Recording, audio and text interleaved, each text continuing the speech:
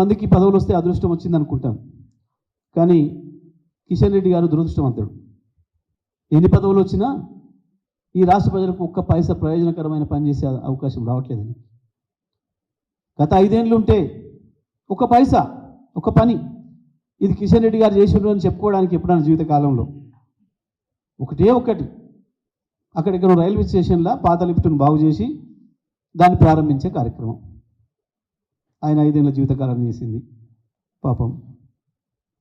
ఎందుకంటే వాళ్ళ ప్రధానమంత్రి గారు వచ్చి పాత రైల్వే స్టేషన్ రంగులేసి ప్రారంభం చేసిపోతే ఎవరో కార్యకర్త సలహా ఇస్తే అన్న నీ పేరు కూడా ఒకటి ఉండాలి కదా అంటే పాత లిఫ్ట్ను బంద్ చేసి బాగు చేయించి 10 రోజులు ప్రారంభం చేసి వచ్చింది పాపం. ఇక ఈసారి ఇంకా అంతకంటే పెద్దది వచ్చింది క్యాబినెట్. ఇప్పుడన్నా ఏమైనా చేస్తాడేమో అనుకున్నారు కొద్దిమంది ఆయన మిత్రులు కార్యకర్తలు, కానీ ఏం జరిగింది? మొదటి రోజే పదవి తీసుకొని హైదరాబాద్లో దిగిన మొదటి రోజే తెలంగాణ ప్రయోజనాలకి ద్రోహం చేసే పరిస్థితి, తెలంగాణ రాష్ట్ర ప్రజలకి ద్రోహం చేసే పని, మనదైన సింగరేణిని నట్టేట ముంచే పనికి, దాన్ని ఉరిపెట్టే పనికి శ్రీకారం చుట్టి ఉంది వచ్చి. బహుశా ఇంత దురదృష్టం ఎవరికి ఉండదు ఈ దేశంలో.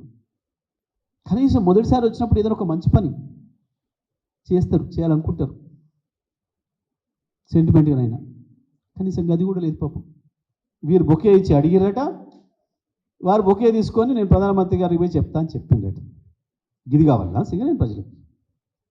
నిజంగా మీరిద్దరు నిన్న మాట్లాడింది కానీ ఇవాళ మాట్లాడింది కానీ నిజమే అయితే దానికి ఒకటే ఒక సాక్ష్యం, శ్రావణి బ్లాకును ఇప్పుడు వేలంలో నుంచి తీసేయడమే. అది కాకుండా మీరు ఎన్ని మాట్లాడినా పులులు మేకతోలు కప్పుకొని మాట్లాడినట్టే ఉంటుంది తప్ప అంత మించి ఇంకోటి లేదు సింగరేణి ప్రజల దృష్టిలో, సింగరేణి కార్మికుల దృష్టిలో. ఇది వెంటనే స్పష్టం చేయాలి, ఆపినరా లేదా. ఇది బీఆర్ఎస్ పార్టీగా మేము డిమాండ్ చేస్తూ ఉన్నాం. ఇది సింగరేణి ప్రజల హక్కు, తెలంగాణ ప్రజల హక్కు. దయచేసి దాన్ని ఉరి తీసే ప్రక్రియను ఆపేయండి మేము అడుగుతూ ఉన్నాం. సమాధానం చెప్పాల్సిన బాధ్యత ఉంది వాళ్ళపైన. కొంతమందికి పదవులు వస్తే అదృష్టం వచ్చింది అనుకుంటాం, కానీ కిషన్ రెడ్డి గారు దురదృష్టవంతుడు. ఎన్ని పదవులు వచ్చినా ఈ రాష్ట్ర ప్రజలకు ఒక్క పైసా ప్రయోజనకరమైన పని చేసే అవకాశం రావట్లేదని. గత 5 ఏళ్ళు ఉంటే ఒక పైసా ఒక పని ఇది కిషన్ రెడ్డి గారు చేసిండ్రు అని చెప్పుకోవడానికి ఎప్పుడైనా జీవితకాలంలో ఒకటే ఒకటి, అక్కడిక్కడ రైల్వే స్టేషన్లో పాత లిఫ్ట్ను బాగు చేసి దాన్ని ప్రారంభించే కార్యక్రమం ఆయన 5 ఏళ్ళ జీవితకాలం చేసింది పాపం. ఎందుకంటే వాళ్ళ ప్రధానమంత్రి గారు వచ్చి పాత రైల్వే స్టేషన్ రంగులేసి ప్రారంభం చేసిపోతే ఎవరో కార్యకర్త సలహా ఇస్తే అన్న నీ పేరు కూడా ఒకటి ఉండాలి కదా అంటే పాత లిఫ్ట్ను బంద్ చేసి బాగు చేయించి 10 రోజులు ప్రారంభం చేసి వచ్చింది పాపం. ఇక ఈసారి ఇంకా అంతకంటే పెద్దది వచ్చింది క్యాబినెట్. ఇప్పుడన్నా ఏమైనా చేస్తాడేమో అనుకున్నారు కొద్దిమంది ఆయన మిత్రులు కార్యకర్తలు, కానీ ఏం జరిగింది? మొదటి రోజే పదవి తీసుకొని హైదరాబాద్లో దిగిన మొదటి రోజే తెలంగాణ ప్రయోజనాలకి ద్రోహం చేసే పరిస్థితి, తెలంగాణ రాష్ట్ర ప్రజలకి ద్రోహం చేసే పని, మనదైన సింగరేణిని నట్టేట ముంచే పనికి, దాన్ని ఉరిపెట్టే పనికి శ్రీకారం చుట్టి ఉంది వచ్చి.